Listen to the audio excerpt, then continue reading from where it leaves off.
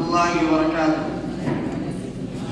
الحمد لله رب العالمين، والصلاة والسلام على سيد المرسلين وعلى آله وأصحابه أجمعين، أما بعد. قال الله تعالى: أعوذ بالله من الشيطان الرجيم، بسم الله الرحمن الرحيم.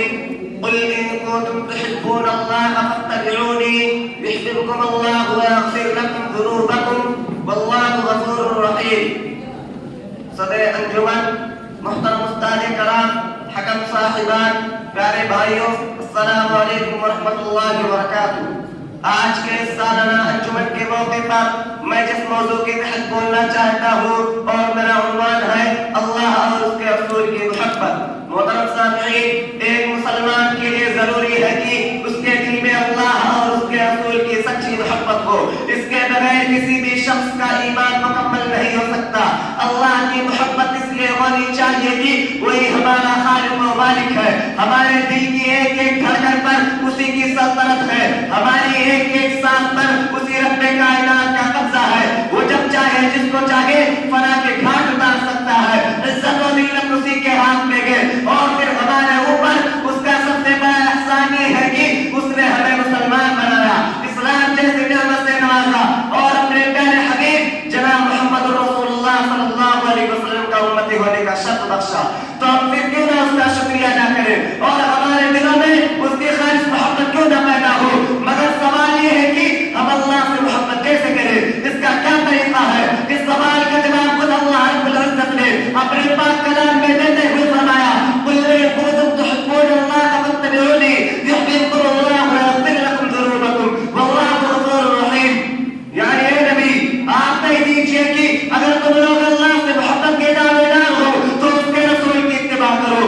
اللہ نہ صرف تم سے محبت کرے گا بلکہ تمہارے گناہوں کو بھی بخش دے گا. معلوم ہوا کہ اللہ کی محبت سرور کونین صلی اللہ علیہ وسلم کی سنت کو اپنانے میں ہے، آپ کے نقش قدم پر چلنے میں ہے، آپ کے اس طور طریقہ کو حد جا بنانے میں ہے. اب ایک سوال یہ پیدا ہوتا ہے کہ رسول اکرم صلی اللہ علیہ وسلم کی محبت جس کا مجھتے مرتے دم بھرتے ہیں اور شب و روز جس کا دعوت کرتے ہیں، اس کا کیا طریقہ ہے؟ کون سا ایسا عمل ہے جو ہمارے لیے محبت رسول کا معیار ہو؟ ظاہر سی بات ہے کہ رسول اکرم صلی اللہ علیہ وسلم کی سچی محبت کے بغیر کسی انسان کا ایمان مکمل نہیں ہو سکتا. آپ صلی اللہ علیہ وسلم خود فرماتے ہیں: لا يؤمن احدكم حتى اكون احب اليه من والده وولده والناس اجمعين. کوئی بھی شخص اس وقت تک مومن نہیں ہو سکتا جب تک رسول اکرم صلی اللہ علیہ وسلم اس کی نظر میں اس کے والدین، اس کے اولاد اور تمام لوگوں سے زیادہ محبوب نہ ہو. تو آخر رسول سے محبت کا کیا طریقہ ہے؟ آئے اس سروے کو صلی اللہ علیہ وسلم سے پوچھتے ہیں. ایک حدیث میں رسول اکرم صلی اللہ علیہ وسلم فرماتے ہیں: من احب سنتی فقد احبنی ومن احبنی کان معی فی الجنہ. میری سنت کو دل و جان سے قبول کرنے والا ہی در حقیقت مجھ سے محبت کرتا ہے اور وہی شخص جنت میں میرے ساتھ ہوگا. میرے بھائیوں، ان آیات اور حدیث سے یہ بات صاف ہو گئی کہ اللہ اور رسول دونوں کی محبت در حقیقت اتباع رسول اللہ صلی اللہ علیہ وسلم میں ہے.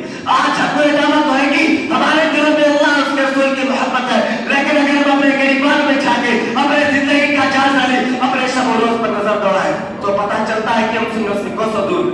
ہم زندگی کے زیادہ تر معاملات میں اپنے نفس کے پیروکار ہیں، اپنی خواہشات کے پجاری ہیں. اب اس شاعر کے ساتھ اپنی بات کو ختم کرتا ہوں.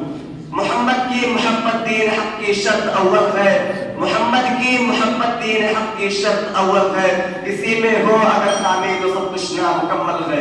محمد کی محبت ہے سرت آزاد ہونے کی، خدا کے دامن توحید میں آباد ہونے کی. اب اخیر میں اللہ رب العالمین سے دعا کہ اللہ تعالی ہمیں اللہ اور اس کے رسول سے سچی محبت کرنے کی توفیق عطا فرمائے. آمین. وآخر دعوانا الحمد للہ رب العالمین. والسلام علیکم ورحمۃ اللہ وبرکاتہ.